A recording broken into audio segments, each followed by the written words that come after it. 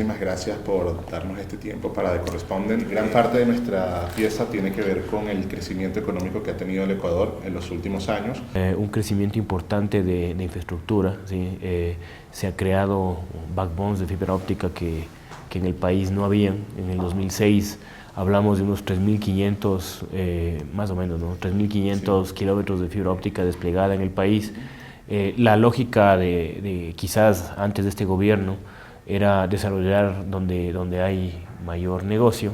Digamos, ¿cómo cambiamos eso? ¿Cómo logramos que las telecomunicaciones lleguen a todo el mundo, ¿no? La idea aquí era precisamente democratizar el acceso a tecnología. ¿Por qué desarrollar las telecomunicaciones? ¿Por qué desarrollar la tecnología? Porque son transversales a la economía del país, ¿no? Entonces creo que eso es un tema sumamente importante para nosotros. Entendemos el impacto en cualquier sociedad moderna de la tecnología, ¿sí? De las telecomunicaciones. Cada vez, ustedes saben, han ido cerrando más la brecha y en un punto es un poco indistinguible, ¿sí? Todo esto antes se dividía mucho el tema de telecomunicaciones y el tema de TI, ahora van juntos, ¿no? Es decir, el uno tiene que desarrollarse en paralelo al otro. Entonces, claro, el tema es el gobierno consciente de eso. En el año 2009 creó este ministerio. Sí, antes de esto, de la creación de este Ministerio de Telecomunicaciones, el Ecuador tenía un problema, digamos, estructural muy serio en cuanto al desarrollo del sector tecnología, porque teníamos un ente regulador dividido, ¿no? Había un consejo de telecomunicaciones, un consejo de radio y televisión, nadie veía el tema tecnología, es decir, eso estaba abandonado. Se veía el tema de telecomunicaciones porque evidentemente había actores privados, había regulación. Sí, sin embargo, el tema de cómo desarrollamos el sector tecnología en su contexto estaba olvidado en el país. Y bueno, había desarrollos privados, es decir, no había desde la perspectiva del gobierno ninguna digamos, plan del gobierno, peor todavía alguna visión sobre el tema de tecnología o del impacto de tecnología en el desarrollo del país. Entonces creo que todo esto cambió cuando se creó este ministerio, ¿sí? Eso nos permitió poner un norte al tema de tecnología en general. El ministerio se convirtió, digamos, en el rector y en base mucho también a la fuerza política del gobierno. Se alinearon también entidades que de alguna manera estaban un poco sueltas, ¿no? Había una superintendencia de telecomunicaciones, había un consejo que les comentaba, había la Senatel y la Secretaría Nacional de Telecomunicaciones que estaba de alguna manera bajo el Poder Ejecutivo, pero en realidad esto permitió ponerle un norte al sector, ¿no? Entonces ahí creo que lo primero que se hizo es pensar cómo democratizar las telecomunicaciones.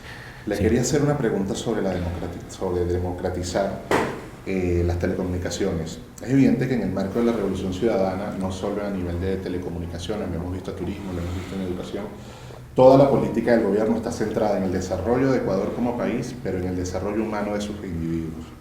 Y en el caso de las telecomunicaciones, esto tiene que ver mucho con el plan de acceso universal que su ministerio lidera, y particularmente este plan de acceso universal se está logrando con los infocentros comunitarios. Me gustaría que nos comentara cuál es el papel que desempeñan estos infocentros comunitarios en el avance del plan de telecomunicaciones. Sí, una de las primeras cosas que hizo fue esto, es decir, pensar en cómo llegamos a más gente y salió este plan de infocentros. Aparte de eso, se creó una estrategia, digamos, una visión que trata de poner un norte al sector que se llama Ecuador Digital. Sí, ese plan lo hemos actualizado, sí, y en su última versión, digamos, tiene 3 aristas o 3, digamos, ejes de acción que están claramente definidos, y en función de eso se ha desarrollado o se ha ido desarrollando, digamos, el sector. El primer eje está orientado a crear infraestructura, es decir, le llamamos la base de este eje es el Plan Nacional de Banda Ancha. El objetivo es precisamente lograr llegar con oferta, ¿no? con conectividad a todos los rincones del país. Eso tiene mucho que ver con el tema regulatorio, con el tema de que, digamos, las empresas sigan invirtiendo en desarrollar infraestructura. Les comentaba lo de la fibra, ahí la estrategia fue usar la CNT para empezar a desplegar fibra, pero claro, luego cuando las empresas privadas vieron que la CNT llegaba y hacía negocio en otras áreas del país, empezaron a desplegar fibra.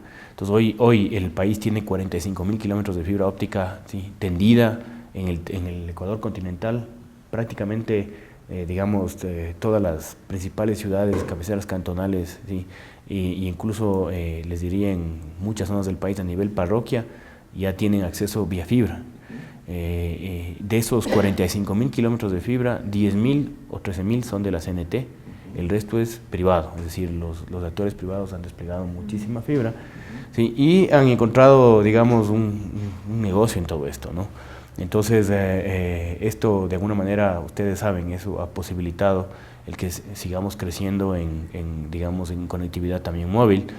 A veces, y aquí hay, digamos, un concepto equivocado que suele haber, que pensamos que asignando espectro, sí, asignamos espectro y esto va a solucionar el problema de conectividad, pero claro, las radiobases necesitan conectarse entre ellas. Entonces, si yo asigno espectro y no tengo el backhaul, la fibra óptica detrás conectando las redes inalámbricas, simplemente no tengo buena conectividad, ¿no? Entonces, de alguna manera, el Ecuador ya ha logrado crear esta autopista de información en base a fibra óptica y luego ha ido desarrollando los negocios, ¿no? Que las metas que tenemos a futuro son muy ambiciosas también, es decir, es cómo logramos desarrollar industrias que hoy día no hay, ¿sí?